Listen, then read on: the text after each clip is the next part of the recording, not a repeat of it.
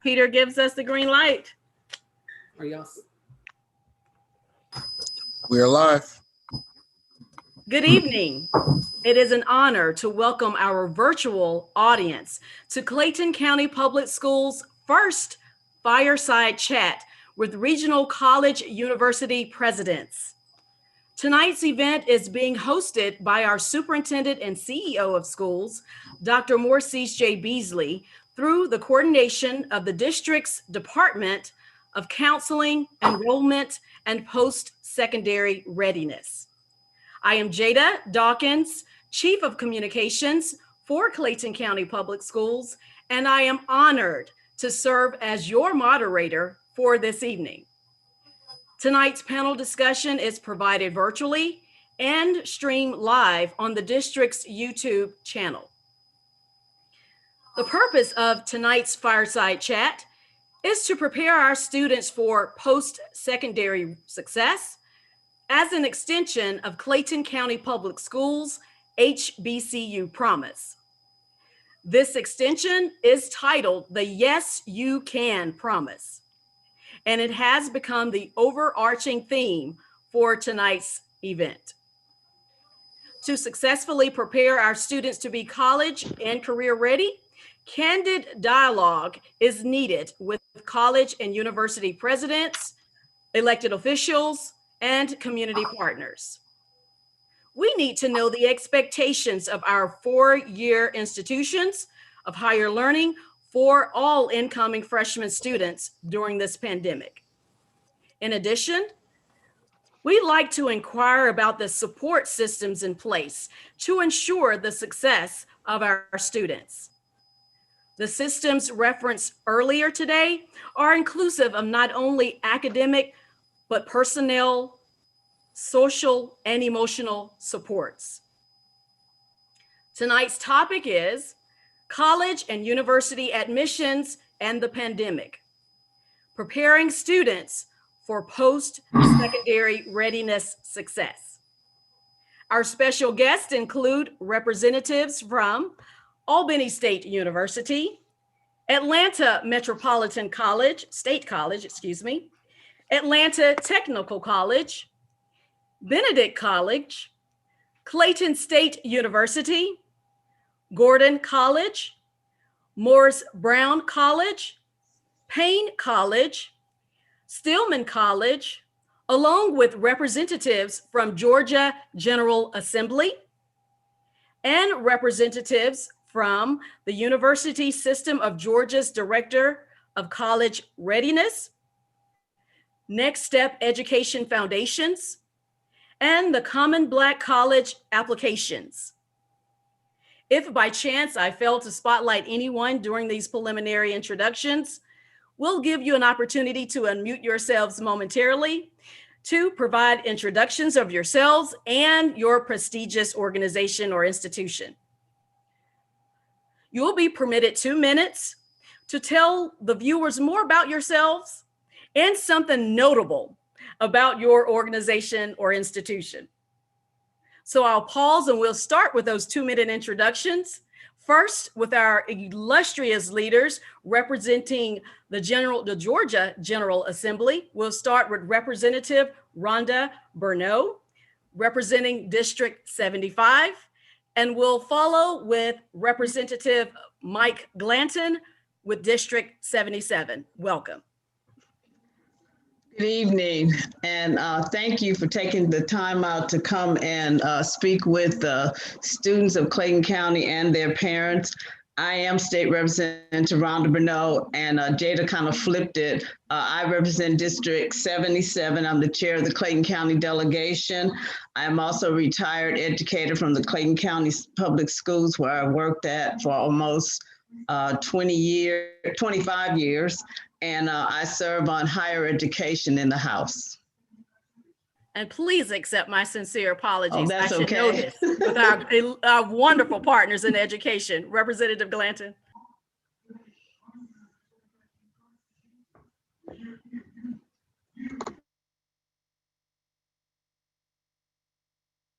Unmuted.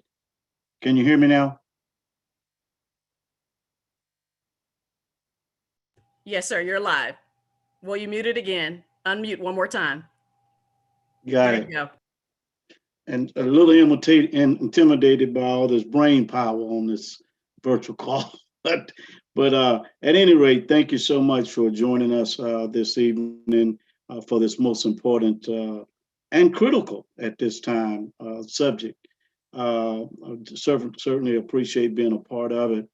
I have been with the General Assembly for almost 16 years now. And out of those 16 years, I have served on the Education Committee as well as appropriations K-12 funding. And so I'm very much involved in what's happening with education. As a matter of fact, we approved the budget today with no further cuts to education this year, which we were happy to see. And so I look forward to the conversation. And again, thank you for allowing me to be a part of this subject. And thank you kindly. And we'll follow with the president of Albany State University. Good afternoon, colleagues. And again, thank you, Clayton State, for this invitation. I'm Marion Frederick, president of Albany State University in Albany, Georgia. We have about 6,500 students, 2,000 residential students right here on campus. Majority of our students come from the Metro Atlanta area and the Albany area. And we are known for degrees in forensic science, computer science, nexus degrees. A really large part of our population are actually in health professions, our nurses, respiratory care, healthcare, physical therapy. We have students that come out of Albany State ready to go right to work. And we're continuing to grow in Southwest Georgia, and that's Albany State University. Thank you. And now we'll hear from the president of Atlanta Metropolitan State College. Good evening, everyone, and thanks for having me. My name is Georj Lewis, president at Atlanta Metropolitan State College. Atlanta Metropolitan State College is about 45 or a little more than 45 years old, so we're a relatively young institution. All of our students commute. Our vision is to activate the transformation of our students, their families, and our communities for generations. We have 5 degrees, 5 bachelor's degrees in biological sciences, business administration, criminal justice, digital media, and organizational leadership. Quite affordable for students to attend. Tuition and fees, it's about $4,000 a year. Easy access to the campus, so we're right in the city of Atlanta. And I have been on campus for about 1.5 years, so I'm excited to have the opportunity to lead Atlanta Metropolitan State College. And so we're very student focused and looking forward to this discussion and answering all the questions that people may have tonight. Thank you. Thank you so much. And next we'll hear from the president of Atlanta Technical College. Hi, good evening. I'm Victoria Sills. Have the pleasure of being the president of Atlanta Technical College. I'd like to say thank you to Dr. Beasley and the team for the invitation and the opportunity to share the screen with these amazing educators and leaders. Atlanta Technical College is in the heart of Atlanta. We serve Fulton and Clayton counties as well as the city of Atlanta. We have about 6,000 students a year, and we offer more than 150 different program offerings. And we focus on those high demand careers that lead to livable wages. And our mission at the college is economic mobility. And our programs focus around healthcare, IT, skilled trades, as well as all of the service industries. We also are proud of all of our articulation agreements, a lot of them with our colleagues here this evening, so that we are a 2-year associate degree granting institution, but we love to articulate into those 4-year programs so that we save students time and money when it comes to getting into their careers. We are affordable, and again, our mission is transforming lives through the power of technical education. And again, we're delighted to be here to participate in the conversation and to answer any questions you may have about getting started in your amazing career. Thank you. Thank you. And next, we'll hear from the president of Benedict College. Well, good evening. My name is Roslyn Artis. I am the 14th president of Benedict College, the HBCU that put the BC in HBCU. We're located in the sunny capital of Columbia, South Carolina, and we offer a full range of experiences for our students that will help them to develop into their best selves. Our mantra is the best of BC. Our top 5 majors include business, biology, sport management, psychology, and criminal justice. Outside the classroom, we boast a number of student activities, organizations, including our Benedict College Band of Distinction, 210 members strong, and make an impact all over the Eastern Seaboard. 8 SEAC sponsored, that's Southern Intercollegiate Athletic Conference sports teams, championship seekers, always at Benedict College. We believe in winning in the classroom, on the field, on the court, and all around. Our Student Government Association, as well as a host of other organizations, allow you the opportunity to become a leader. In addition to our on-campus experiences, we offer extracurricular and co-curricular experiences, including a robust study abroad program designed to help you see the world. I hope that you choose to pursue your studies at Benedict College. Thank you. And next, we'll hear from the president of Clayton State University.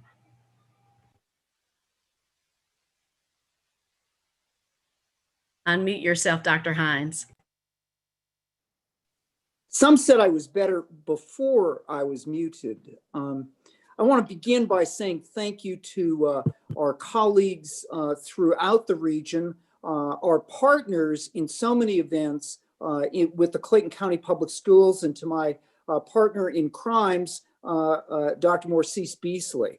I would also like to thank the representatives who are with us tonight, who help us stay as great stewards of the taxpayers and the students of Georgia's finances.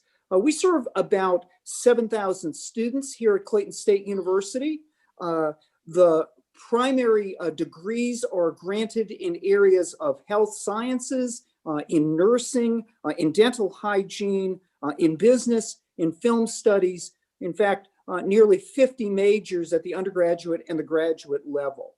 Our proudest moment, or one of our many proudest moments, pride moments, occurred in May of last year, in which the New York Times did research of nearly 1,000 institutions nationally, identifying not graduation rates, but graduation rates relative to what rates would have been predicted given the nature of the student body. And Clayton State University was identified in that urban research study as 8th best in the United States in overachievement of our students. There's good reason why we observe that we help our students' dreams to be made real. And I'm grateful for the opportunities that we have to serve those students and this community. Thank you. Thank you.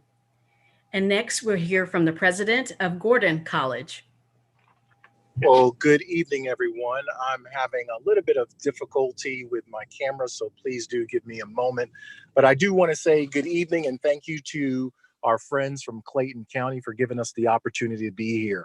Gordon State College is located in Barnesville, Georgia, just about an hour south of Atlanta. We have about 3,000 students on campus who enjoy taking classes in our nursing program or human services program.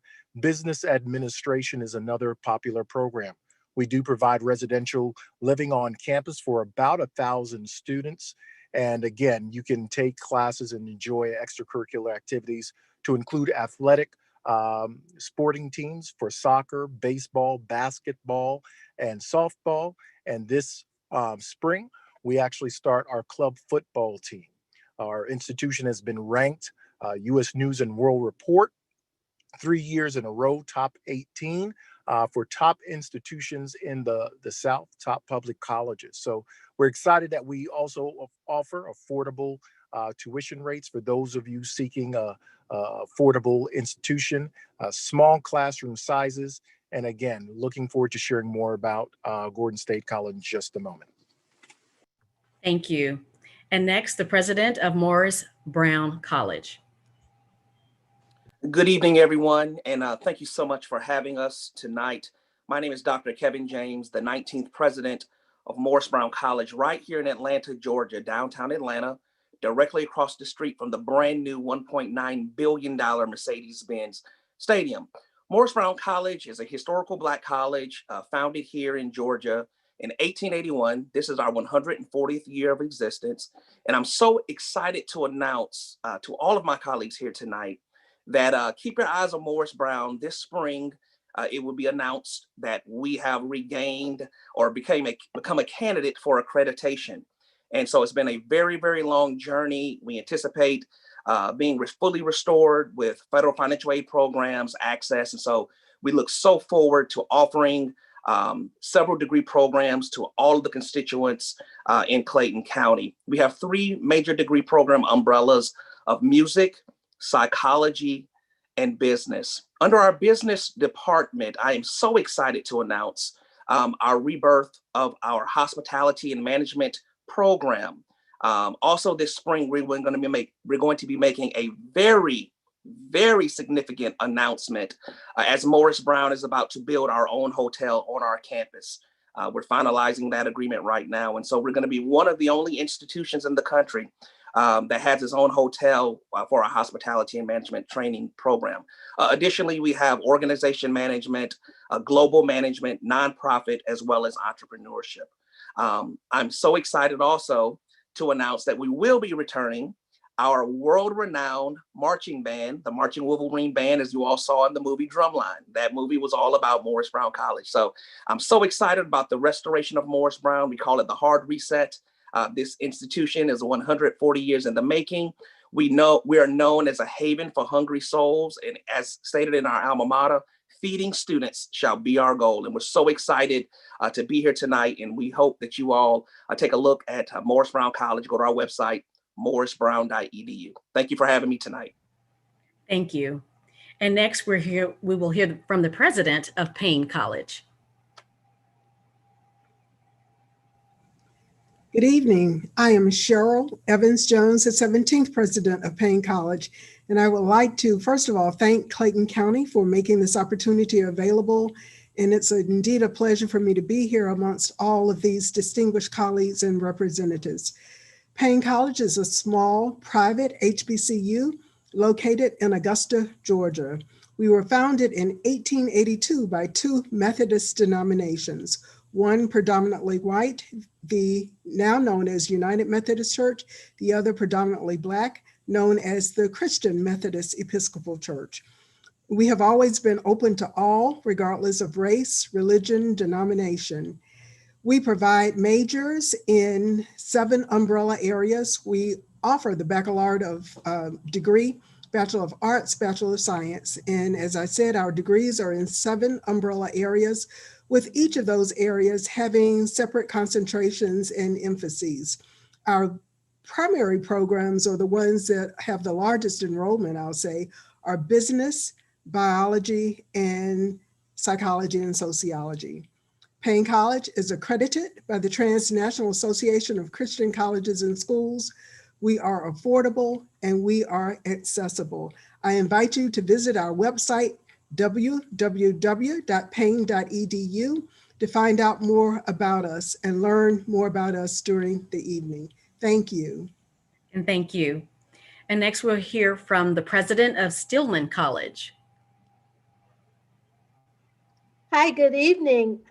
My name is Cynthia Warrick, and I am the 7th president and first female leader of Stilman College and HBCU in Tuscaloosa, Alabama, where you might have heard of the little football program up the street who are the national championship. So we have an excellent partnership with the University of Alabama, Roll Tide, where our students can take classes at the University of Alabama at no additional charge. Many of their students take classes at Stilman in biology and business, which are our largest majors, followed by psychology, criminal justice, history, pre-law, communications, English, and religion. We were founded by the Presbyterian Church in 1876, and Stilman is a college of distinction. Our degree programs are delivered on our beautiful 105-acre campus and are fully online. So our newest majors are cybersecurity, and we have a lot of summer research partnerships with major research institutions like Drexel and Temple in Philadelphia, the Salk Institute in San Diego, California, and international programs in Brazil and the Netherlands. We are a United Negro College Fund institution, which brings lots of scholarship opportunities. And we also have our own institutional scholarships available for academics, music, band and choir, athletics, baseball, basketball, track and field, softball, and volleyball. So you can apply for admissions free and scholarships at stillman.edu. So thank you for having us. Thank you. And next, we'll hear from the CEO of Communities in Schools.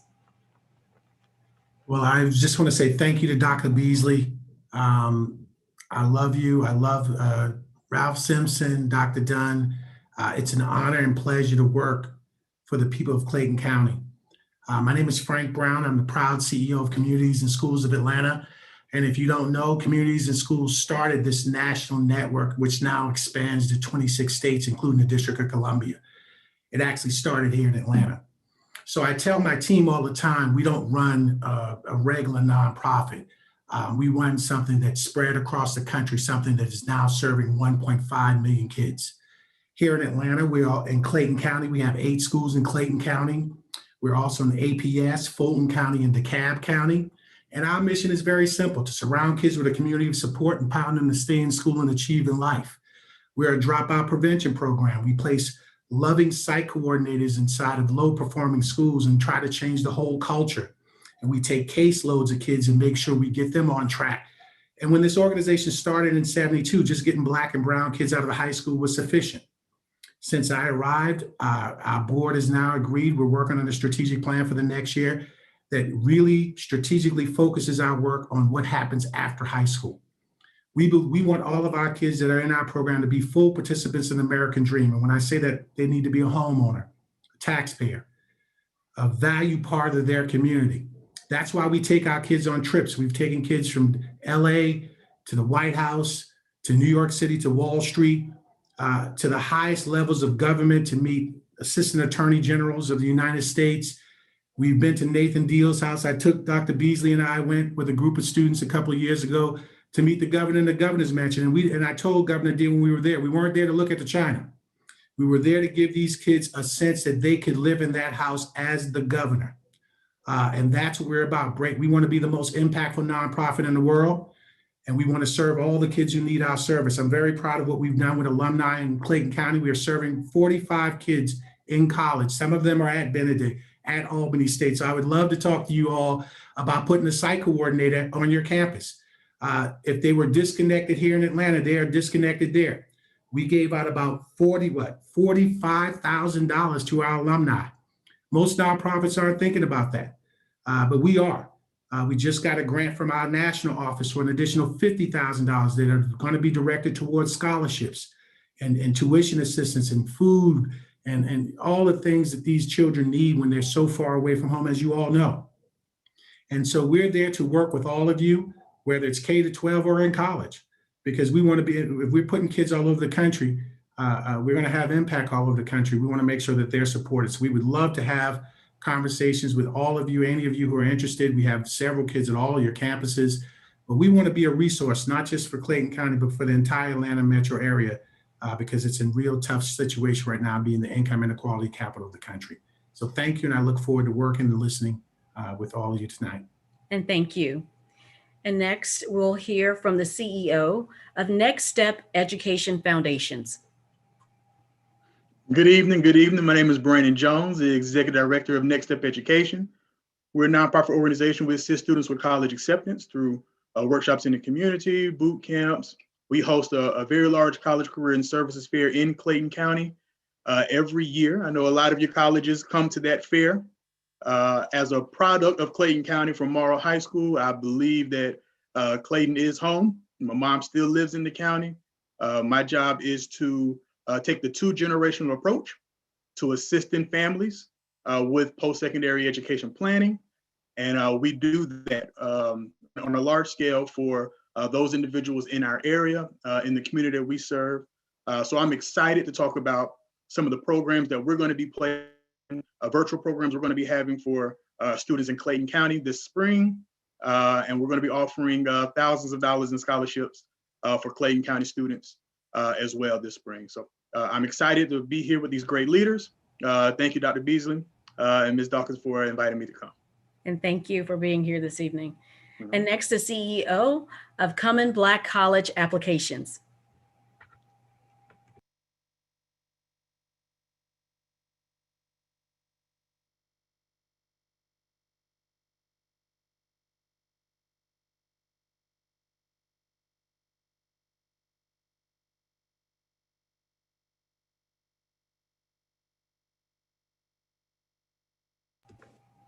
I think Mr. Mason's still on mute. Mr. Mason, you're on mute. Some technical. Can you hear me now? There you go. Just by luck. Good evening. My name is Robert Mason. I am the president and founder of the Common Black College Application. Currently, students are able to use one application and apply to 60 historically Black colleges and universities. To date, over 250,000 students have completed the CBCA from Africa, South America, the Caribbean, and throughout the United States. I want to take a minute to thank Dr. Beasley for convening this group and for giving me an opportunity to be a part of this conversation. It's imperative that we collectively address how this pandemic can have a deleterious effect on students, and I want to thank you again for giving me the opportunity to be a part of this conversation. Oh, by the way, this is our 4th year of a partnership with Clayton County Public Schools. And thank you. Next, we'll hear from the University System of Georgia's Director of College Readiness, Mrs. Cooper. Good evening, everyone. Again, my name is Dawn Cooper. I'm actually the Assistant Vice Chancellor of College Access Initiative at the University System of Georgia. We serve over 340,000 students in 26 different institutions, several of them represented here this evening.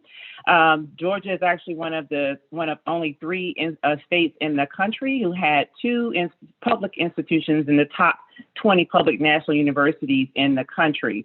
I work with several college access information organizations at the university system, one of which is our Early College Initiative, which provides support for low-income first-generation students who are pursuing dual enrollment programs at our institutions. And I also work with our Gear Up Georgia initiative, and it is actually a national federal grant.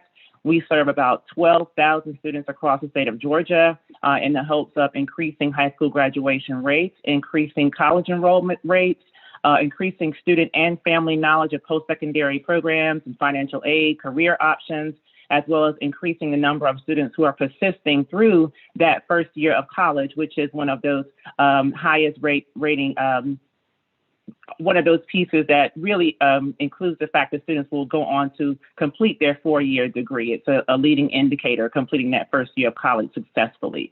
We partner with several institutions and state organizations across the state of Georgia, including the Technical College System, the Georgia Department of Education, with the university system, Georgia Student Finance Commission, and our goal is to really increase the number of students targeting low-income students who are successfully entering college and prepared to graduate and receive a career, family supporting career of their choice. Thank you. And if I fail to spotlight anyone during these preliminary introductions, please unmute yourself at this time. State your name, the institution or the organization that you represent.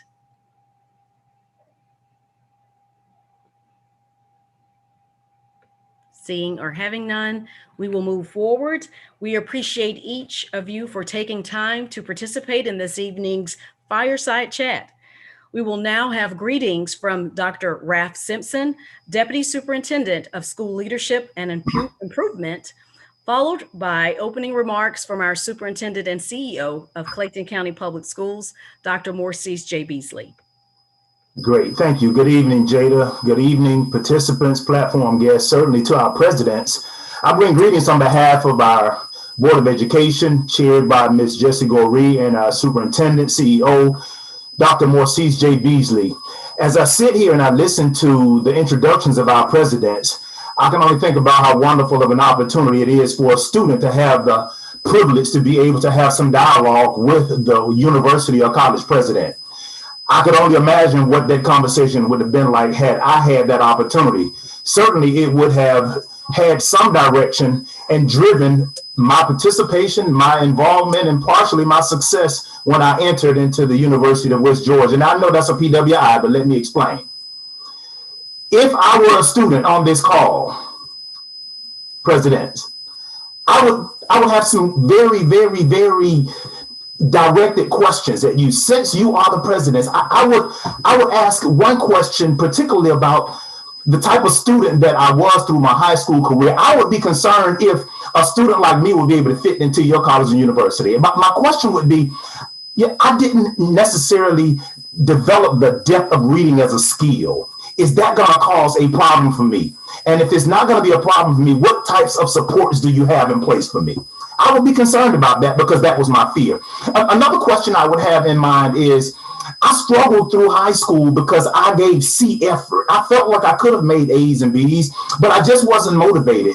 What is it that you can do as a college president, or who can you have to hold my hand to help for me to become more enthusiastic and energized and interested in being a better student? That's just a question that I would have had for a college president had I had that opportunity to speak with them. And then the last question would have been, am I really going to be able to graduate from here in 4 years? And if I'm not able to graduate in 4 years, it may take me 4.5, it may take 5. What type of support or interventions will be available for me? Because I know I'm going to need that guiding hand and that force to help push me along the way. If that's going to be there for me, then I'd be certain to choose your college or university as a place for me. And the reason I come up with those questions, because I believe that I speak from the heart and the interests of our students today. Many of them are just as excited, yes, about the curriculum and the majors that you offer.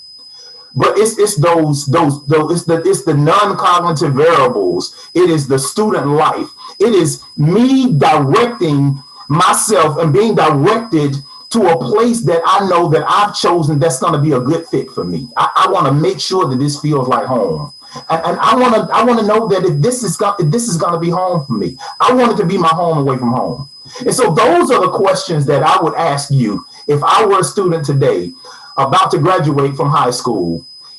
Can you provide me with that feeling from home that I will be able to successfully matriculate from your college and university? So again, you are greeted, and we're looking forward to the conversation. Thank you. Dr. Beasley. Thank you, Jada. Thank you, Dr. Simpson. Well, good evening to all of our presidents, to our elected officials, Representative Burnough, Representative Glanton, to Frank at Communities and Schools. We're just excited to have you all here today. Dr. Simpson, he always does a great job at just making you think about what do we need to ensure is occurring for our students. And I will just say, presidents, you all know the value of an education. You all know that the education has made the difference. All of us who are on this panel, education has made the difference in our lives. We have a quality of life because we chose and we had the opportunity to get an education, not just a K-12 education, but a post-secondary education. All of us have been blessed because of that decision, that opportunity. Presidents, I have two requests, one of you and then one of our students. My first request of you all as presidents, I hope that you will work with your counselors, your admissions offices, and ensure that they give our students in Clayton County a good look. We've got many students who need the opportunity. Many of them are performing above state and national averages on SATs, ACTs. They're doing well in their coursework, but we also have some students who are struggling on those college admissions tests. I would hope that you will work with your various employees that make those decisions understand that in Clayton County, we are preparing our students to do well at the post-secondary level, to think critically, to collaborate, to communicate, to be creative. Give our students in Clayton County a chance. Many of them are coming from households. I don't know if you know this, but roughly 19% of our households in Clayton County have someone with a college degree. That's one of the lowest in the metro areas. We know that a college degree helps to break the cycle of poverty. We know a college degree, those who have college degrees experience less unemployment. They have higher levels of satisfaction in their careers. I want to encourage all of you to help our students in Clayton County break the barrier, to break the cycle of poverty by extending to them an opportunity to pursue an education on your various college campuses. Our students need that opportunity. You may not find all of our students with perfect SAT and ACT scores, but you will find our students have perfect hearts, a perfect desire, and they are ambitious and they want to succeed. That's all I've seen in Clayton County. Students who want to succeed, who want to be successful, who want an opportunity to better themselves and their families, to advance themselves, to have a high quality of life, to have a future, a successful future. So presidents, my ask of you today is to, when you go back to your various schools or as you engage with your admissions officers, please tell them Clayton County Public Schools is a priority. Our students, they will be supported. If they land on your campuses, they will be supported. You see, even with Frank Brown being here, communities and schools, we are determined that we will continue to support our students well after we graduate them from our school system. My next request is of our students. Students, it's very rare that you get a chance to interact with so many college presidents at one time. But I was taught years ago by a gentleman who's passed away now, but he told me, wherever you go, always make sure you know who the highest person in the organization is. Find a way to get to know them or introduce yourself. Young people, students, I need you to identify these college presidents. And while we're virtual with this event, I need you to make a point to get to those colleges, those campuses, and introduce yourself to these college presidents. I want you as students to take full advantage of every opportunity. We are no longer in a day and age where education is an option. It cannot be something that we consider an option. It is a necessity. Education is a necessity. And so I encourage all of our students today to connect with these colleges and universities, complete your admissions applications, follow through with your admissions applications, handle your business, prepare for your future, your next steps, and make sure you land on these college campuses and pursue your post-secondary credential.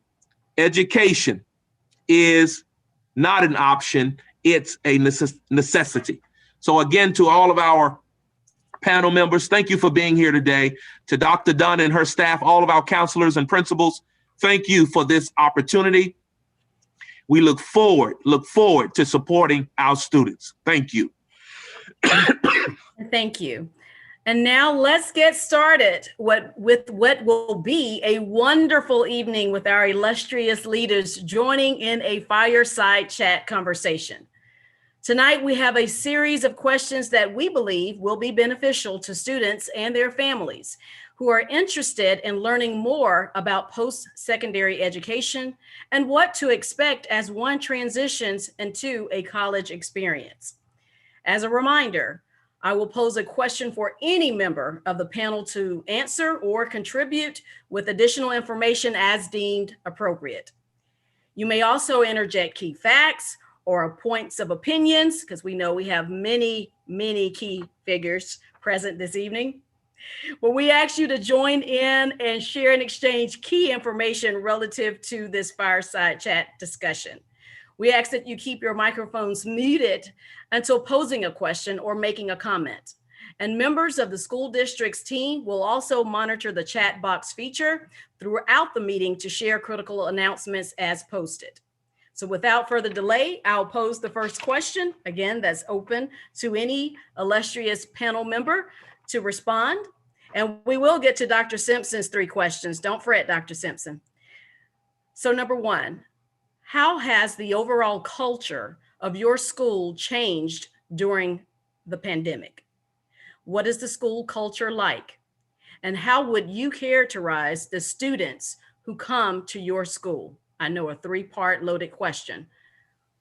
I can repeat if necessary. And this open for anyone. I'll jump in, if I might, on behalf of Benedict College. Let me start with the most important part of the question, and that is the characteristics of our students. 84% of Benedict College students are Pell eligible or Pell dependent, so low wealth students. More than 50% are first generation college students. Their parents have not gone to college, and therefore they need a little extra support. Most hail from, about 50% hail from South Carolina, others in the Georgia, Florida, DC, and California and other metropolitan areas. So we are a blended environment where you get to know students outside the region. In terms of how we've supported our students, because of who they are and the characteristics that I've just described, Benedict has taken a direct hands-on approach to supporting its students. We stood up a Student Success Center in the wake of COVID-19, and beginning with the evacuation of the campus in the spring, we subsidized the travel of our students home. We bought plane tickets and we ran bus service, and we recognized that their families could not afford a plane ticket on last minute's notice. Their parents could not take off their hourly jobs to come pick them up midweek. So we transported all of our kids home safely, and we subsidized that through fundraising efforts at Benedict College.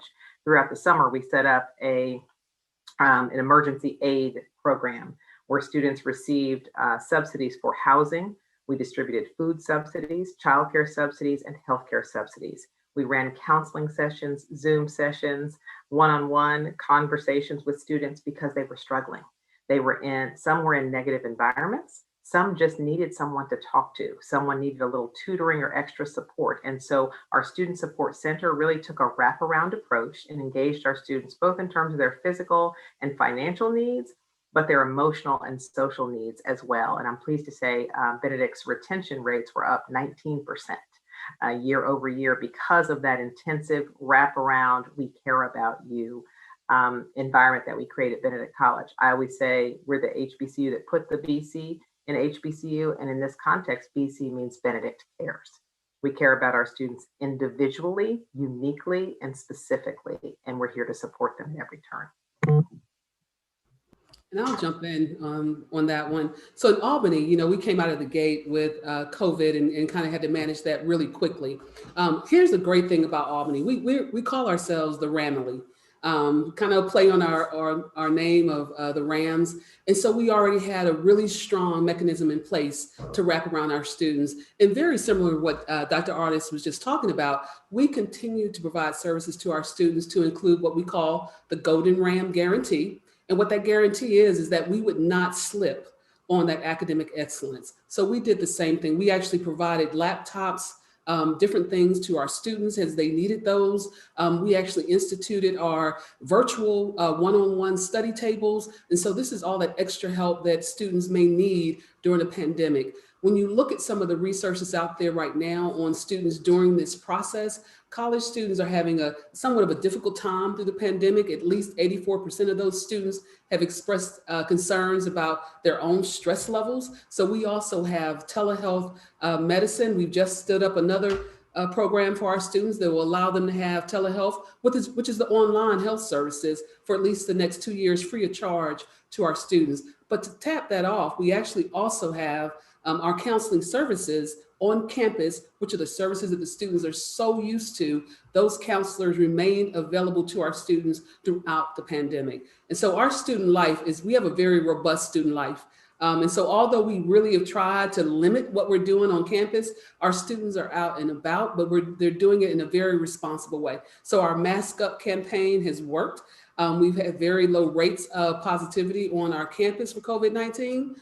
We have stayed in class once we came back. We have hybrid classrooms, meaning that our students go to class. Some days they're online, some days, but all of that is in an effort to make sure that our students can remain in the classroom. They want to be in class. It is difficult, it's a difficult environment, but they want to remain in class. And so we're going to do all that we can do to make sure they're there. Our faculty have multiple online faculty hours for our students because we want to make sure that they have contact. You may not be able to touch our faculty at this point because of the distance, but guess what? You can see them on the screen. You also are in the classroom. So we've done all we can to make sure that our students have a lot of services available. A lot of virtual events are going on with our student government associations, our student engagement. There's been some really exciting things. We did homecoming virtual and face-to-face. And so all of that stuff is happening with our students. And a lot of it, let me just say, is driven by the students. And if I can just really quickly say that I don't think that Clayton State has to sell your students to any of our college presidents. We want your students. We're coming for your students. So you don't have to worry about that. We have a lot of Clayton students, Clayton County students here at Albany State, and we welcome them and we welcome the rest of them. So feel free to just look up Albany State University, ASURams.edu. We love the name Rams. So look that up and you'll see that connected with Albany State. If I can jump in here, again, my name is Dr. Kevin James, the 19th president of Morris Brown College. Morris Brown is very unique in the sense that right now we're going through a restoration process in which we're working to get our accreditation back. So right now we only have 50 students here at Morris Brown College, but it's perfect timing for what I call the hard reset for Morris Brown. With our 50 students, we did send all of our students home. We're located in downtown Atlanta. And all of our students are working virtually. We have both synchronous and asynchronous courses. We have everything that you can offer for a college campus online. So like some of my colleagues, we have the telehealth, where we have counseling services online. We have our chapel services online. We have tutoring services. We have, again, both synchronous and asynchronous courses. And quite frankly, we're just doing everything that we can right now to be ready for our restoration class. So I encourage everybody who is watching, be a part of the restoration class. We will be the first Black college in history. Let me say that again. The first Black college in history to rebound and earn our accreditation back 20 years after losing it. Morris Brown, a lot of people thought that the institution was gone.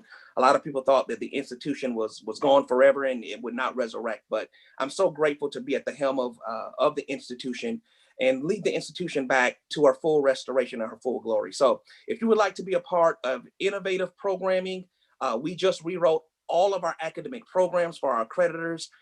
We just re-implemented all of our student services, re-implemented everything, basically brand new here at Morris Brown. If you would like to be a part of our restoration class, please take a look at our website. Everything is virtual. You can apply online at morrisbrown.edu. And again, we anticipate coming back stronger than ever. And we look forward to having future Wolverines right here in Atlanta, Georgia at the historic Morris Brown College. Any others? I'll jump in. Again, I'm Victoria Sills, president of Atlanta Technical College. And the culture at Atlanta Technical College is family. I think one of the things that once we get students on campus, we really wrap our arms around them and make sure that we're helping them to be successful. Especially during the pandemic, we started what we call the ATC Family Connection. So that's a monthly forum where students could voice their concerns, make sure they got the help and the resources that they need, as well as with the social injustice issues. So we gave students a platform to be able to really connect, vent, whatever it is that they needed in a safe way, and to really understand that they are supported, particularly as Black and brown people of color going through this time in our nation. One of the other things at the college, again, is we are 2-year. We are affordable. We offer Hope Grant, Hope Scholarship, as well as a lot of private scholarships to make sure that we help you get through and into your career or onto your bachelor's degree program if that's what you need. One of the things about the college too is that we have a 99% job placement rate. So we're here to help those individuals who don't have a lot of time to waste. They want to get into their career. And a lot of us had to work when we were in college. And so we really emphasize those stackable credentials. And so we have certificates and associate degrees that can be completed within 1 semester or 2 semesters. And it's really, again, designed to really wrap our arms around you as a family member. And so I do welcome you to become part of the Atlanta Technical College family. If you go to the website, atlantatech.edu, if you apply on one of our Wednesday works sessions, I'll actually waive that application fee for you. And so we look forward to having you, and happy to answer any questions that you may have. Thank you. We at Payne College had to make a hard pivot when the pandemic hit in the spring. Everything went virtual. We started with remote delivery of instruction, and we continued that in the fall, but we moved our services online. So students still had available to them the counselors that we have in our counseling center, the tutorial and enrichment center, career services, and student organizations, student government. We continued our Wednesday assembly. Some people might refer to them as chapel, virtually as well. And we expected students to participate and be fully engaged as they were if they had been on campus. We consider ourselves a family-like atmosphere. As I indicated previously, we are a small institution, and so faculty members get to know their students. We know each other by name and are able to call students by name. I'm sure that's true at other institutions represented here as well. But with that family atmosphere comes nurturing and caring while still demanding and requiring academic excellence of our students. That doesn't mean that we spoon feed or we just let you get by. That's not true. We demand academic excellence. Dr. Beasley in his comment made a statement about students and what kinds of students we take. We take the full gamut. One of the things that I am especially pleased about at Payne College is we take what I sometimes refer to as developing students. These are students who may not have been the best in high school. Maybe they did not apply themselves as they should. So maybe don't quite meet the full GPA requirement. But if we see that they are committed and willing to learn, we will take them. And we know we have a proven track record of those students combined with faculty and staff who are caring and nurturing and demanding of them. They can graduate and be a success in their communities, the nation, and the world. So we invite you to apply, www.paine.edu, accredited, affordable, accessible. We'd be glad to have you. At Gordon State College down in Barnesville, Georgia, again, an hour south of Atlanta. We too did like many of our colleagues on this line. We provided additional support services for our students when classes went virtual back in March. Since that time, we have provided 3 different platforms for students to take classes. Of course, online is available if you're interested in taking classes online. We also have what we call our hybrid, meaning sometimes a class, depending on the day of the week, is in class, and others will take classes online. That allows us to properly socially distance on campus. And then because we're a small college, we do have the opportunity to have face-to-face courses for those students who want that experience. As I mentioned, we have about 1,000 students who live on campus. And I just want you to know, for those students who commit to Gordon State College, we commit to you. So even when the pandemic struck back in March of last year, for those students who could return home safely, they did so. But for those students who needed a home to stay at, Gordon State College was there. So they did not have to leave. We worked with them. We ensured that they were safe. Our counts for coronavirus remain relatively low on campus, but again, you're part of the Highlander Nation. So should something ever happen when you're at the college, we again work with you to take care of you. We have a student health center on campus, and we have testing capability for students who might be concerned or experiencing different symptoms. We have stations all around campus, help you monitor your health. We provided all of our students with cloth face masks so that they can have that at any time they need one. It is our policy on campus that all students, faculty, and staff wear face coverings. It is required and mandatory when you're in facilities. So we take what we call the Healthy Islander Way seriously. We want to let you know that one of the unique things that happened at Gordon State since the pandemic is we've got to give our foundation credit. We've got a foundation, which is basically a fancy group of individuals who raise money on behalf of the institution. They set aside additional scholarship monies that we call the GAP Scholarship. So this is where students come to Gordon State, they have a tuition bill, they'll pay that tuition bill, and maybe there's a little bit over that their financial aid won't cover or they didn't get additional support for. Well, our foundation will step in and they will cover that expense because we want to make sure once you start classes, you don't have those kind of concerns. We also have funds set aside for what we call emergencies so that, again, life gets in the way. Maybe it's car payment, maybe it's tires for your car or gas, maybe it's a rent situation. Again, you can apply to that Highlander Emergency Fund and receive support. We've got a small class room environment. Again, if you're interested, coming about an hour south, just above Macon, but certainly south of Atlanta, about an hour. You can visit us www.gordonstate.edu. That's www.gordonstate.edu. Hey everyone, this is. Oh, go ahead. Nope, Tim, go ahead. You're good. Well, I try to be good. Sometimes I succeed.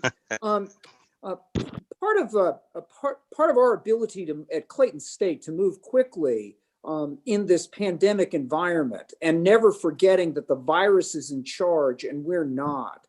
Part of our ability to move relatively quickly goes back some 7 years ago, where Snowmageddon proved that 4 inches of snow would paralyze for a week the entire state of Georgia. I was very concerned that we would find ourselves in that situation again. At that point, we began investing in infrastructure to support online learning, not only to provide access to students in classes, but instruction to faculty members so that they would be familiar with available technology. So should we face these situations again, the transition would be not without pain, but would be available in ways that would foster learning.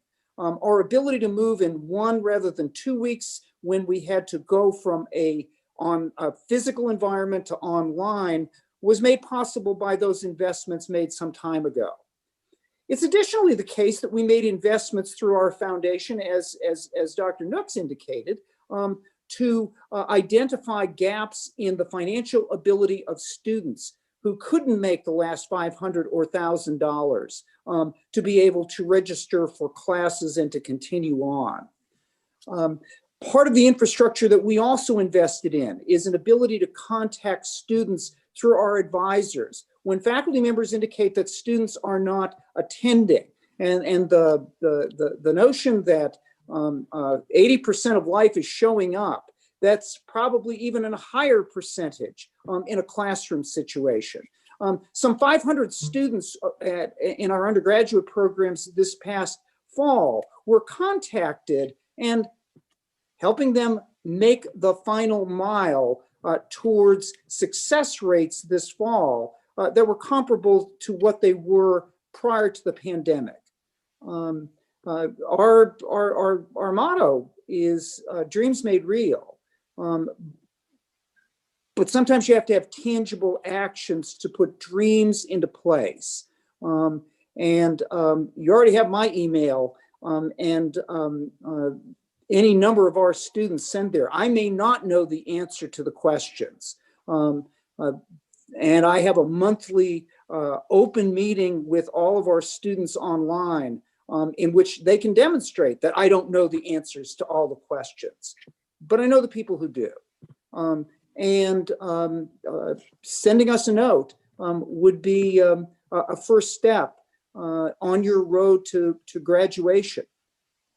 Education is vital. Our first step is for you to get a degree someplace.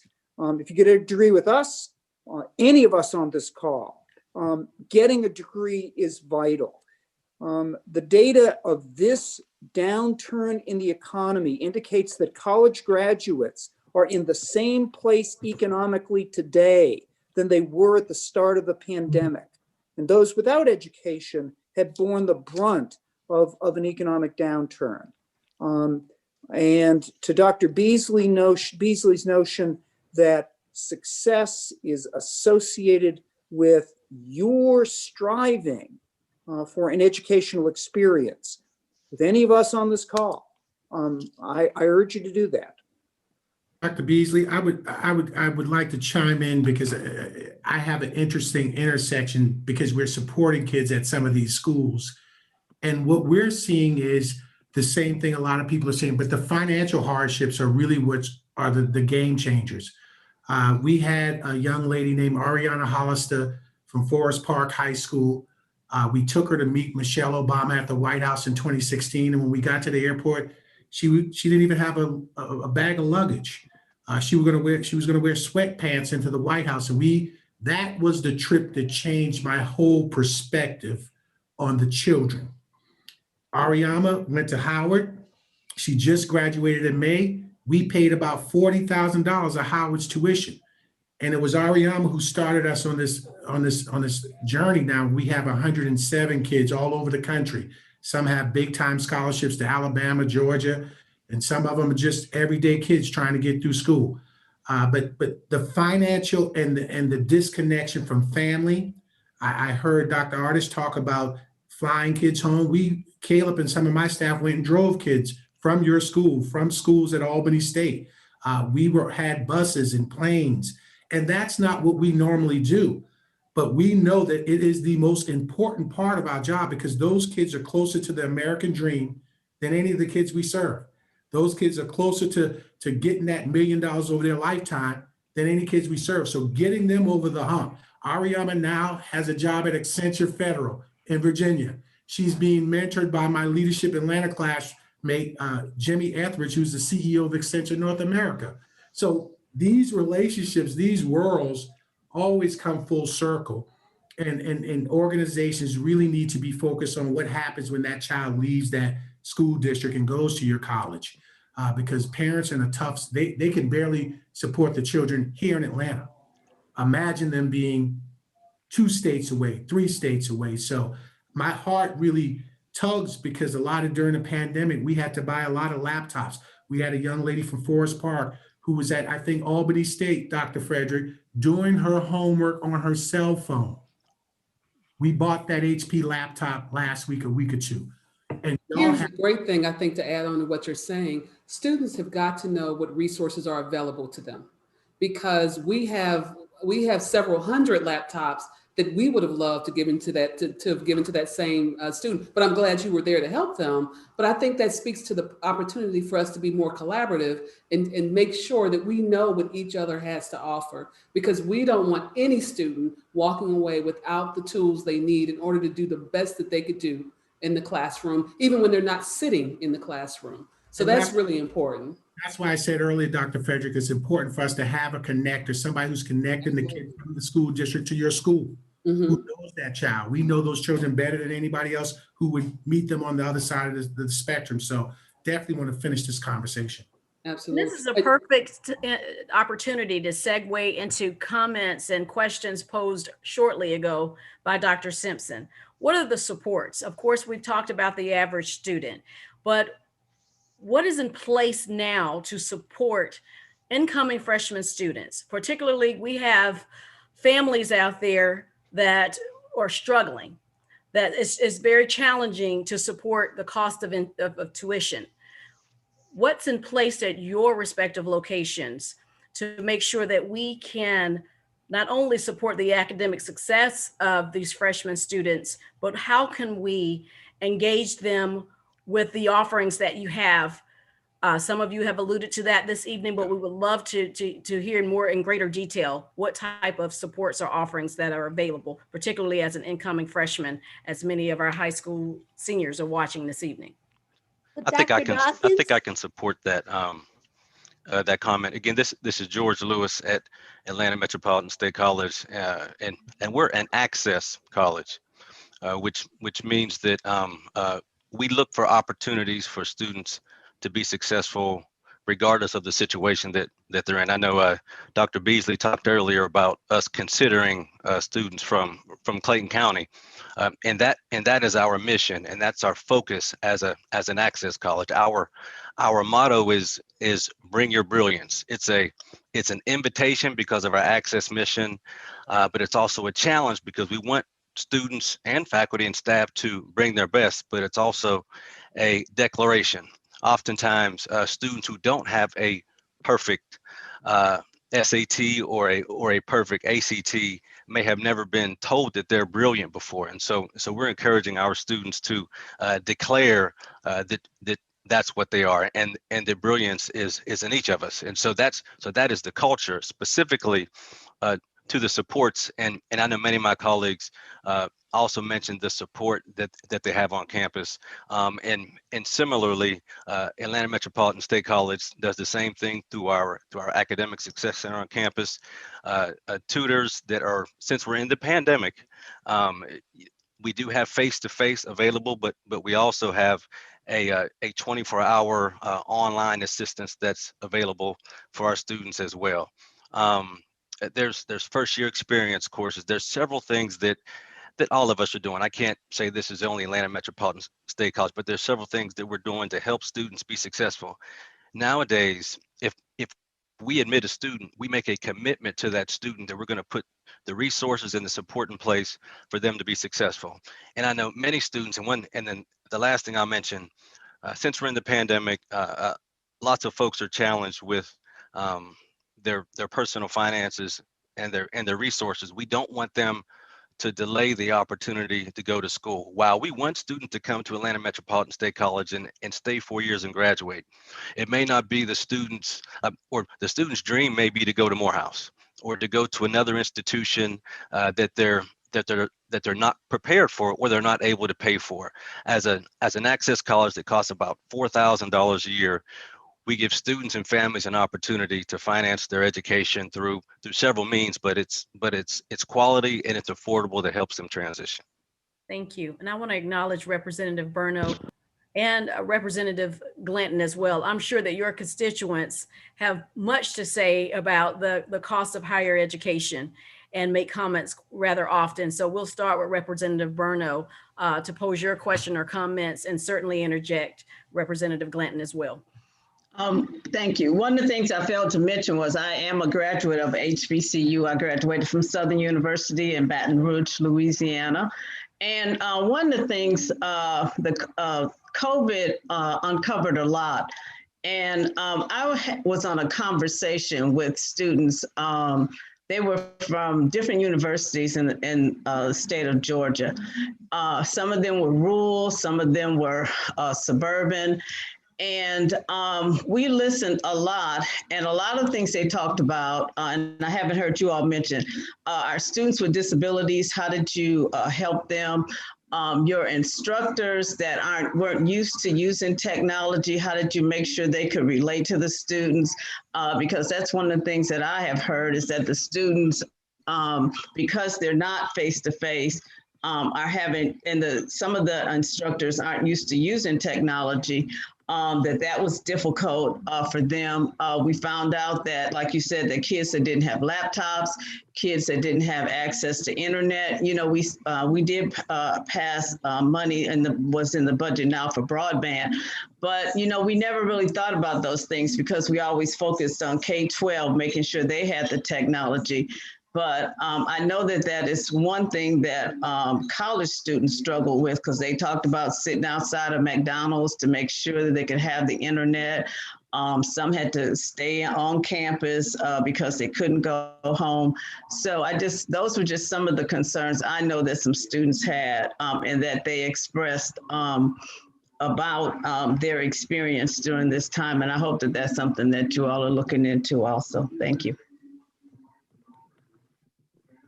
And Representative, thank you for sharing that. I think all of the colleagues on the line would say that certainly we want to hear those personal stories of the challenges students may have experienced.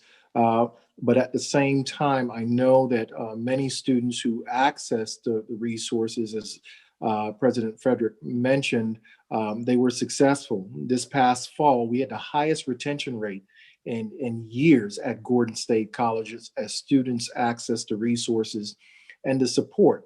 We call it what we call the power of we. And that's helping the students to understand, if you are part of Highlander Nation, we will commit to you. So I'm getting ready to deliver a State of the College address tomorrow. That's one of the topics I'm going to talk about. But I would also say, for the students and family members who are on the line tonight, you've got several colleges presidents who want you to come to our institutions. I don't think any of us would say that, we don't want to partner with you. I would encourage you to take a look at financial aid options. That is very critical. And believe it or not, it opened up already October 1st of last year. So that is one of the challenges we usually see in higher education, that parents and families, they wait and they delay to actually complete that financial aid process. We know it is daunting.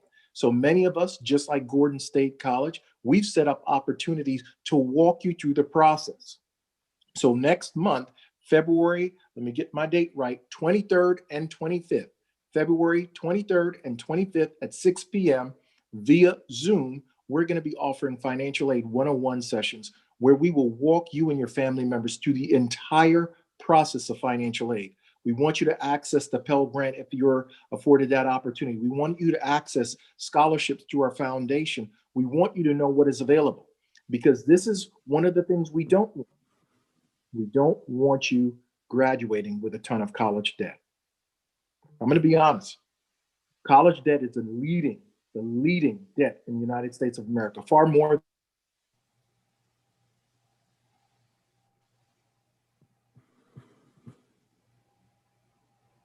Dr. Nooks, I think we've had some technical challenges. I was going to say, I think, oh, there you go, Kurt. There you go. Yeah. But you're actually working to pay off that debt. So we don't want you to go into debt. We do want you to go to higher ed. And we believe that there are resources designed to alleviate those financial burdens. So again, next month, February 23rd and 25th at 6 p.m., go to www.gordonstate.edu. You'll find out some more information. And again, the financial aid information is for any of the institutions. So it's not a Gordon State College thing. We're going to talk to you about that FAFSA and how you can file it and be eligible for money from the federal government. Representative Glanton.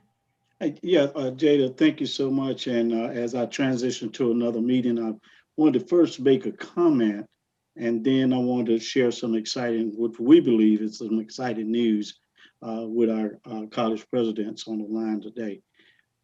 First of all, I thank each of our presidents for what they do each and every day for children, particularly Black and brown kids that find it challenging to complete degrees. I would tell you, as a product, I am a product of third generation of public housing and government assistance programs. But I'm equally, I'm proud to say that because Fayetteville State University gave me an opportunity, I've been able to change not only my own life, but the lives of my family members and members of my community, because as one of our presidents said, someone looked beyond the ACTs and SATs and saw where they could take that particular person and help them through the process. And as a result, I now have 4 out of 5 of my children that have college degrees. As a matter of fact, one of them attended Albany State University, go Rams. And so 4 out of 5 of them have college degrees, and 2 out of 4 have advanced degrees, with one of them working on a doctorate. And I was the last person in the world you would think come out of high school that would much less go to college, but to finish college and to do the things that I've been able to accomplish. But it never could have been accomplished had someone not taken the opportunity to help me. And so my comment is that I hope that as we're reaching out to these students, that we're using what I call the whole family approach. We grow up in different environments. I grew up in an environment, of course, before online learning. I grew up in an environment where it was more important for me to be washing the dishes, taking out the trash, or cleaning up the yard than doing some homework or things of that nature. And primarily because my mother and father was uneducated, and they didn't understand the value of education, and they didn't understand the empowerment that they had to ensure that we had great educations. And so I appeal to our presidents to not just look at the student, but look at the environment and where the student's coming from, and move toward a more family approach than just the student. Help parents understand the significance of education and the importance of education and how it can move an entire generation of family members from poverty to prosperity. And so I certainly appreciate what you do every day.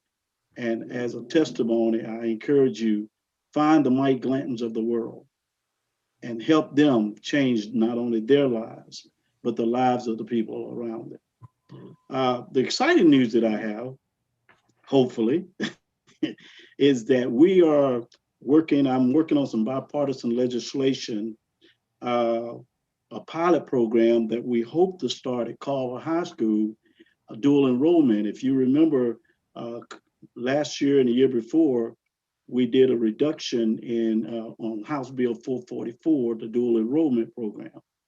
It just got way bigger than we anticipated it being. But what we want to start now is what we call a P-TECH program. Some of you may have heard of it. But the P-TECH program will allow us to pass legislation that specifically targets a particular industry. For example, IBM.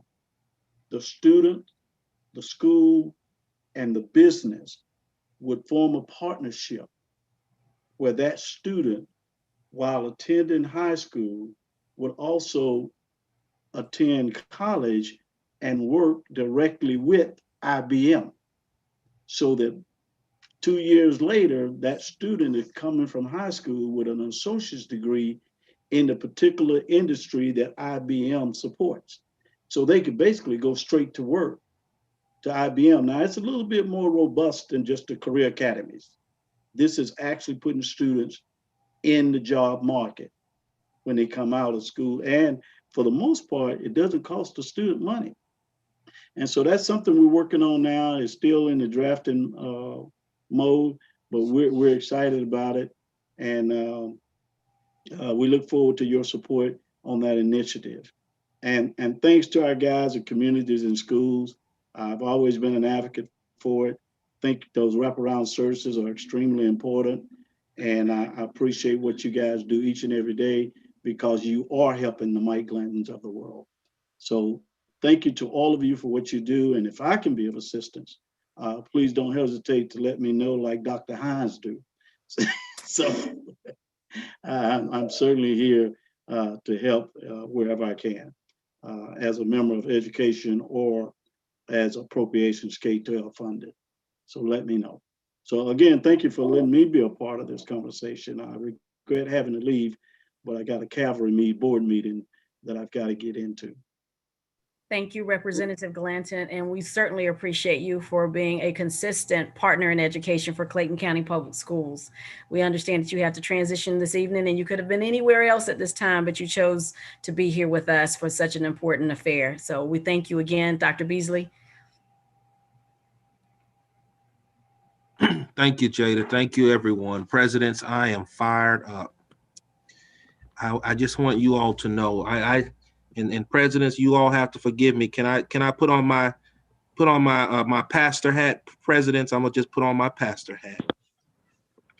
You all are gatekeepers to the future of prosperity for so many of our children.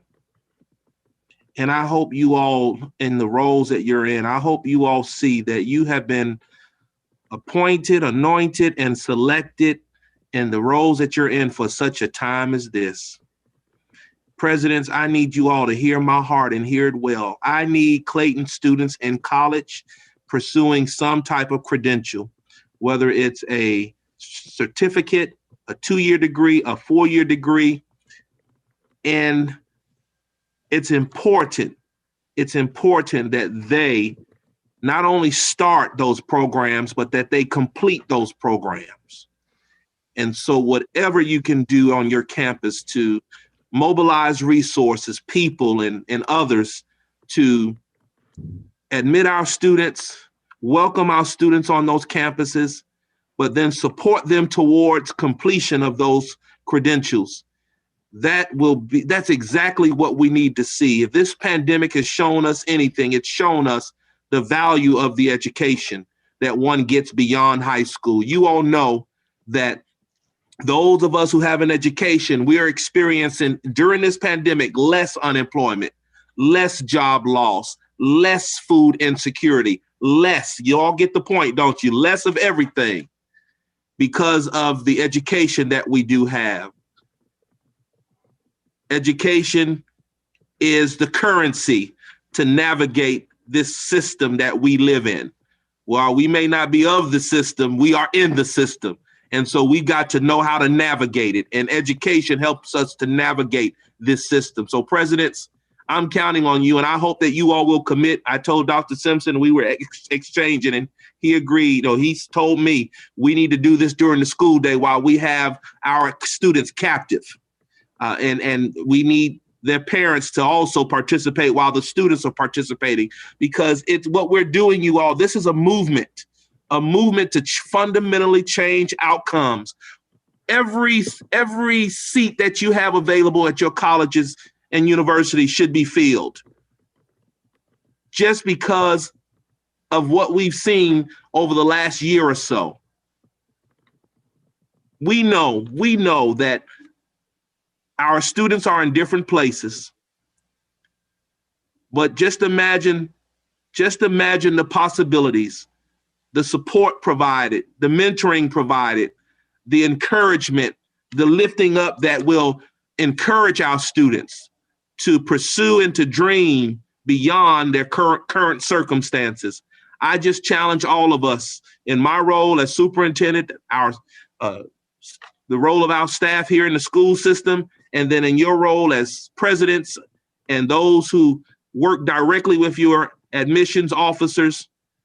Lift our students out of their current situation by providing them an opportunity to get a good education, a credential that will make the difference in their lives, not only their lives, but their children's lives, their grandchildren's lives. I want you to think beyond 2021.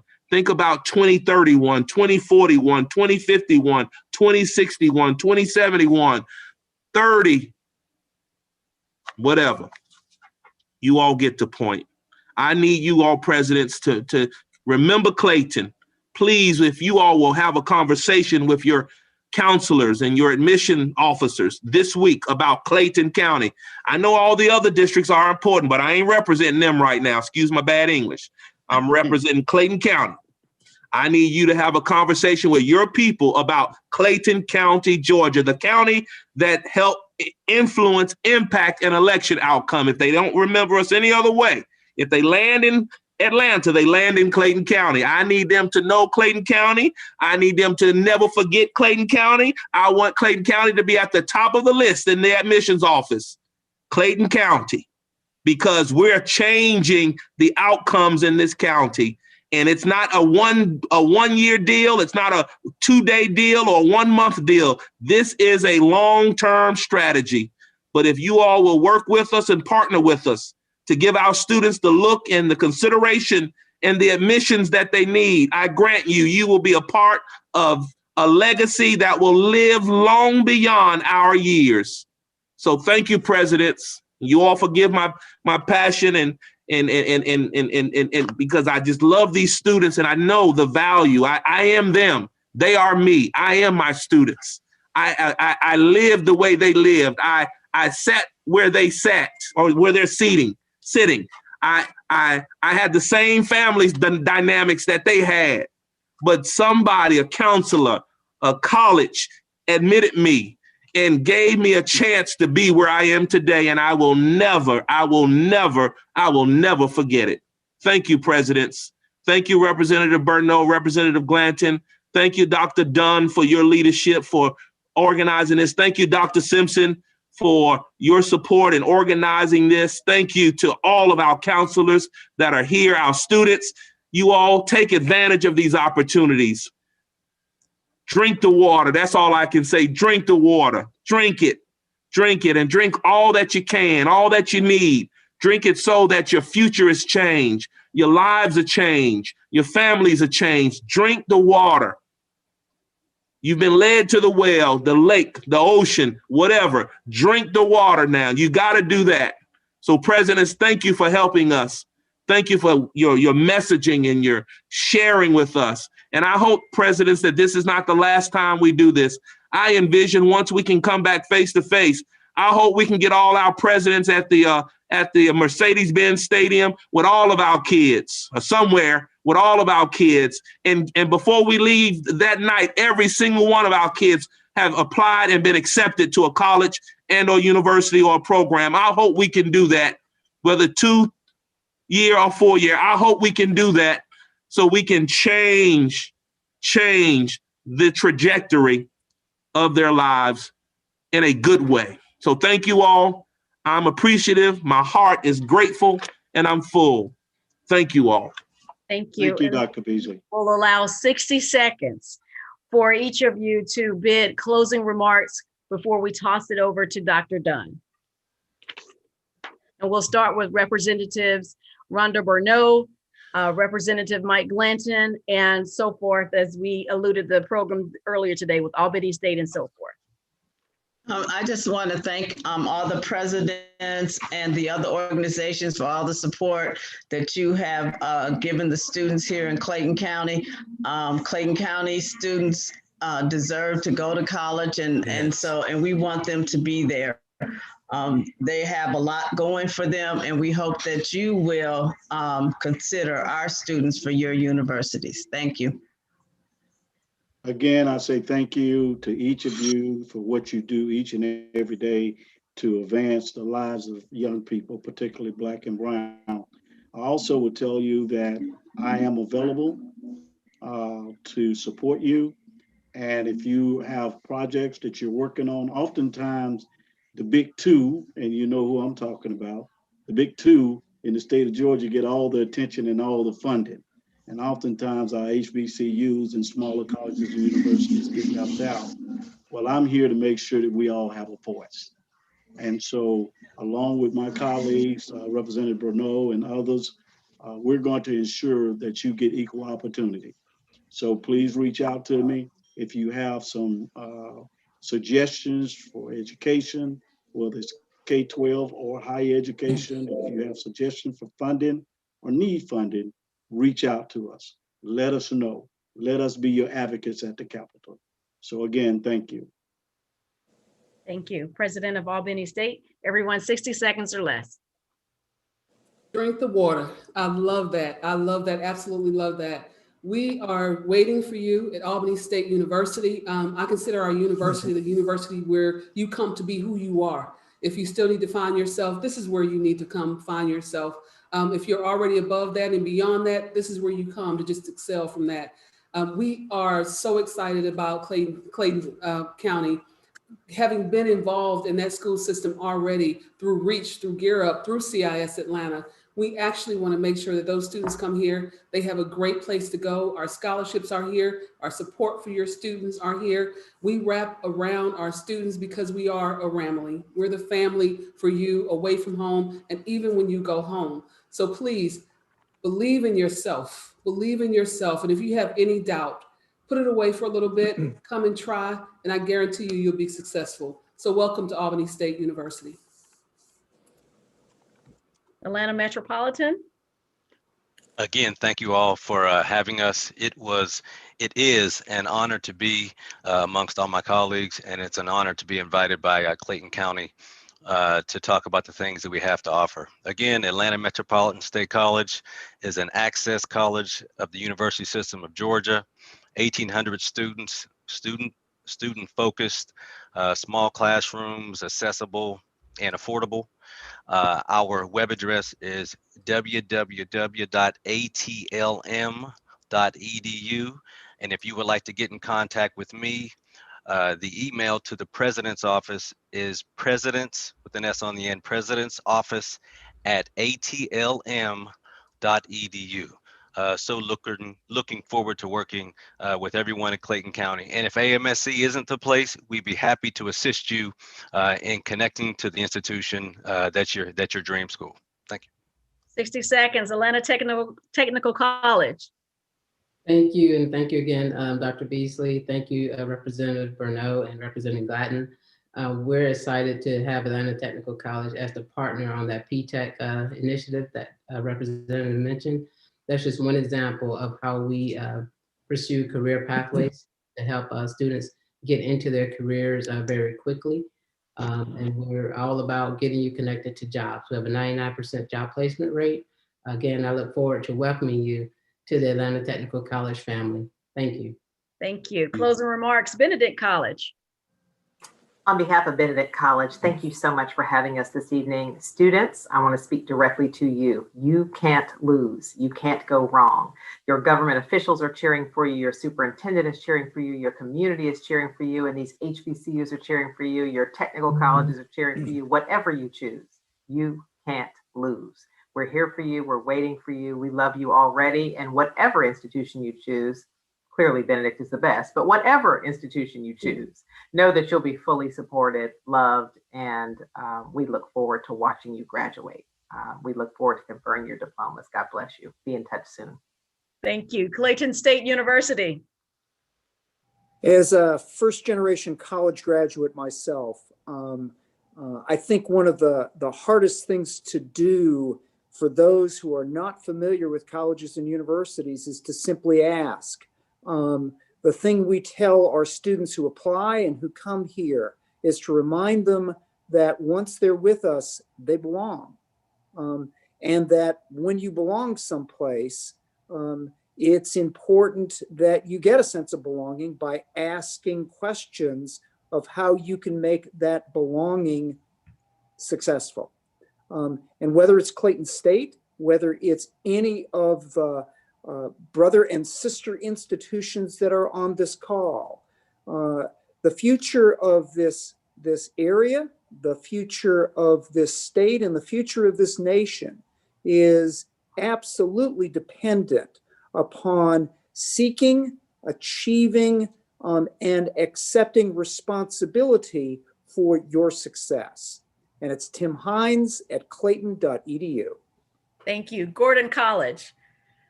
Gordon State College. Gordon State, thank you.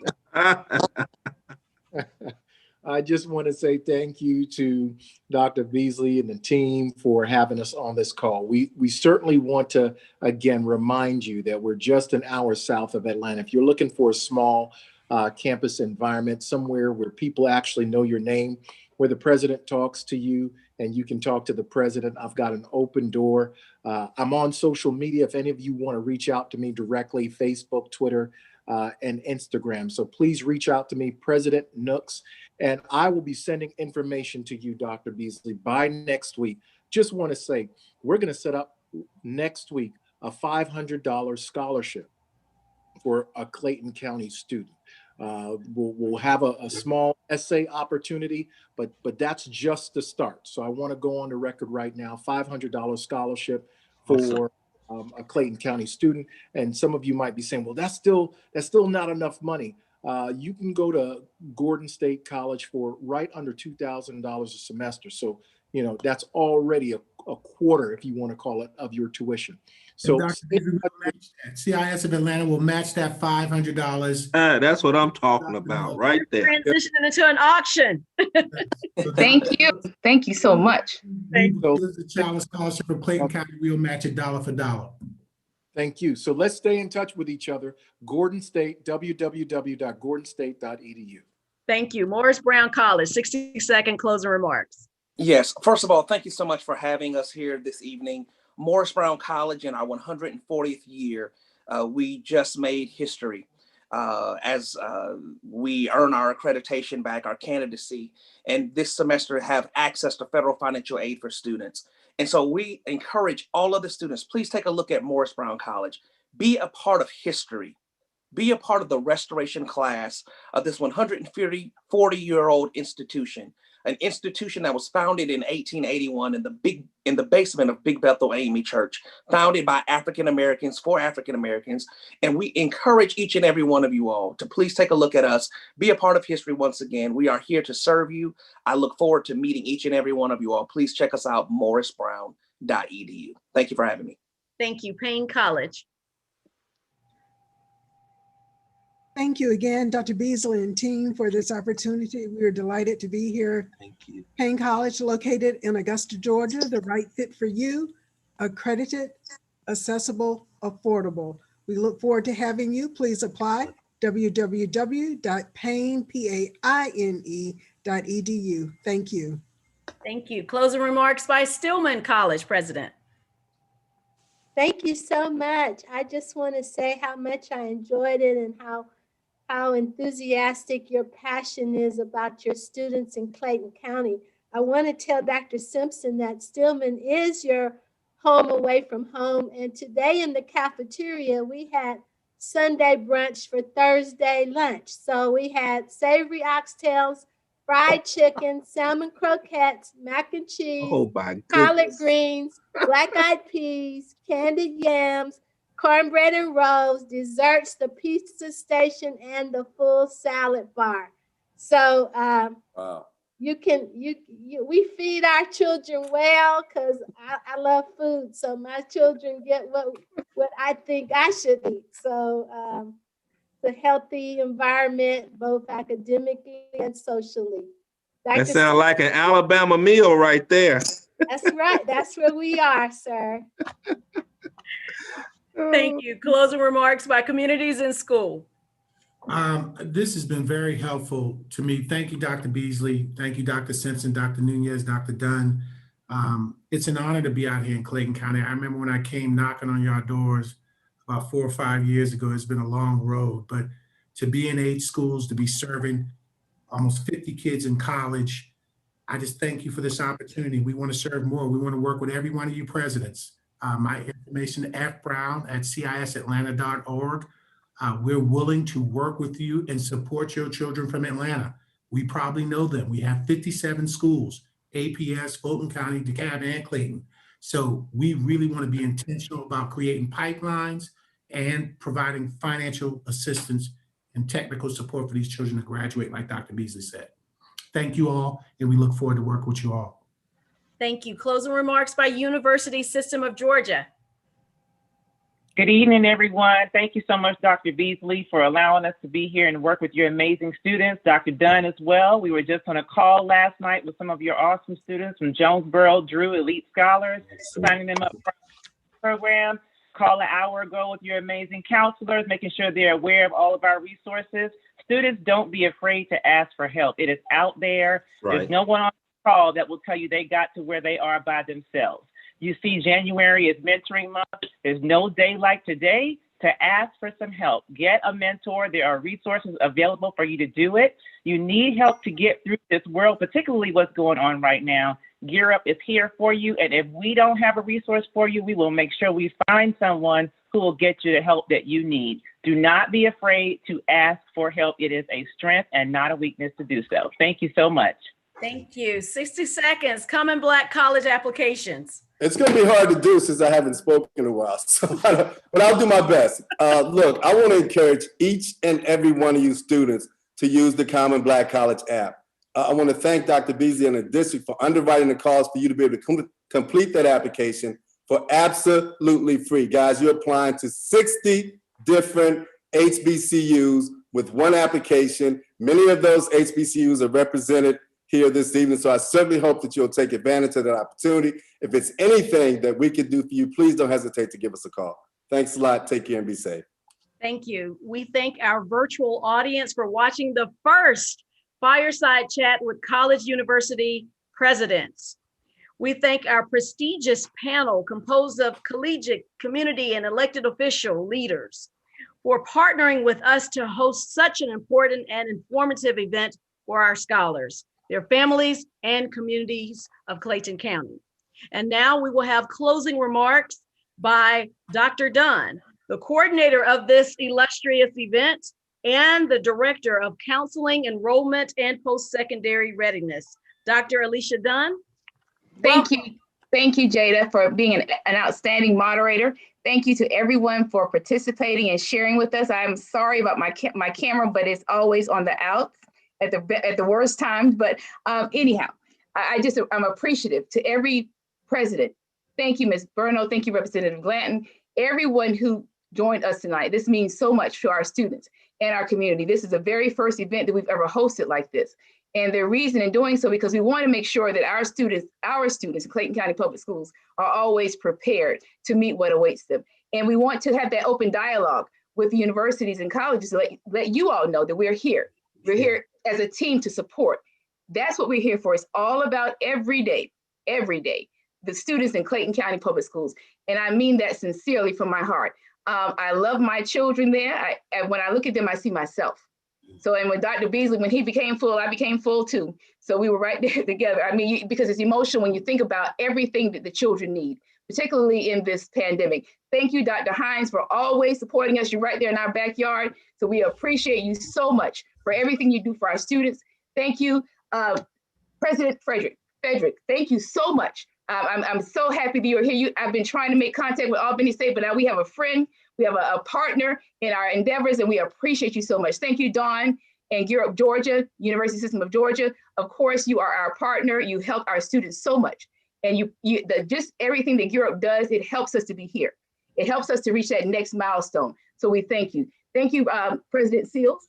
We are most appreciative of our partnership with Atlanta Technical College and all the programs that you work with us on, and we thank you for that. President Lewis, Atlanta Metropolitan State College, we thank you so much for everything you've done over the years with us. Atlanta Metropolitan State College has been a partner with us for some time, and we are most appreciative. Dr. Warrick, thank you. We have students that matriculate at Stilman College, and we look forward to having more. So that's just wonderful. Thank you for the offer as well. Thank you, President Nooks. We are looking forward to that robust relationship with Gordon State College and having some of our students matriculate there, more of our students, and we could not do this without you. Dr. James, thank you for presenting Morris Brown College tonight. It's good to hear about all the wonderful and exciting things that are happening at Morris Brown College. Morris Brown College has a very rich history, and it's good to know that Morris Brown is back. We appreciate you, and we look forward to a strengthened, strong partnership. Thank you, Dr. Artis, Benedict College, Columbia, South Carolina. We do have students that go every year to Benedict. We come down on our buses, taking our tours. So we're happy to have you with us. Thank you so much. Thank you, Brannon Jones, our student, our former student, our at Albany State University alumni. We appreciate you so much. Thank you for always being so supportive. Thank you for having our children's best interests at heart. Thank you, Mr. Brown, CEO of Communities and Schools, our awesome, phenomenal partner in education, always being there to support our students while they are here with us and when they matriculate on to their post-secondary studies. Mr. Brown never lets them go. He holds them close and he lets us know exactly how they're doing. Thank you, Dr. Jones, Payne College. We are looking forward to a new relationship with Payne. Congratulations on being appointed president there. We're looking forward to some exciting adventures with Payne College. Mr. Mason, thank you. Always thank you. You are our best friend, one of our best friends. We have many. One of our best friends. You work with our students, you work with us. He never says no. If we say we can't afford it, Mr. Mason, he said, well, Dr. Dunn, tell me what you can do. So he never turns us down. So we appreciate you so much. Thank you, Dr. Beasley. Thank you, our visionary leader. This is all possible because of you. Your belief in our students and your belief in us, in the district, in our community. It means so much. And it's because of you that all of this is a possibility for our students. All of this students understand your superintendent, everything he says to you, he means it. He means that from the bottom of his heart. So please make sure we take the charge seriously. Thank you, Dr. Simpson, for your motivational words of encouragement, for being there for us as an example for our students to say, hey, I made it. You can make it. You can make it. There's no obstacle that you can't overcome. No obstacle at all. Thank you, Dr. Nunez, for your complete continued support. Thank you for pushing us to make sure that we get the word out about our resources, that our parents in our community, that they know about what we have in our district to offer our students. That makes a difference. Thank you, Ms. Maxey, for your unyielding support of our counseling department. And also lastly, but not least, most certainly not least, Thank you, Mr. Shields, Ronald Shields, for that's my partner. Thank you, Ronald, for always working with us. Thank you, Charles, and thank you, Peter. Thank you, everyone. I appreciate you. And again, the kids in Clayton County Public Schools cannot do this without you. So anything that you can do to help us, we welcome it, we appreciate it, and we thank you. This is the first, but it will not be the last. You'll hear from us again. Take care. And students, we have our charge. We know what we have to do. Our next steps, working our timeline. Counselors in Clayton County Public Schools, we have the very best counselors in the state of Georgia. And I always say that. They are knowledgeable, they work very hard, and it's not anything they would not do for students all times of night. And so, and they're here for our kids. So understand that what our next steps are. We will make sure that we get these applications in, even in a virtual setting. We're going to have our virtual college days. So we're going to continue to make sure that Clayton County's counselors promote scholars. That's CCPS. Clayton counselors promote scholars. That's what we do every day. So we thank you. Students, make sure your applications are turned in. Okay. Make sure you're communicating with your counselor. I've always said your counselors are your very best friend. We're going to make sure, please visit us with our FAFSA Thursdays and our post-secondary readiness Thursdays. Every Thursday, we're together. Every Thursday to the end of the school year, from 3 to 4, well, 3 to 4 or 4 to 5. It depends upon whatever the program is, how long we will go. But you can be rest assured that we will have something for you on that day. We'll also partner with our Scholarship Academy with Jessica Johnson. So we're going to have a scholarship drive-through. So that's going to be an opportunity for us to engage as well and support you with the FAFSA completion. Because although FAFSA completion may be down in some areas, it will be up in Clayton County. So again, students, we have our charge. When I say we have a charge, we have a charge. You're not in this alone. We are here to walk you through this process. We love you. Thank you, Presidents, and I wish you all a great evening. Thank you. Have a good evening, everyone. Thank you. Good evening. This concludes our virtual program. Have a good night and stay safe. All right. Thank you.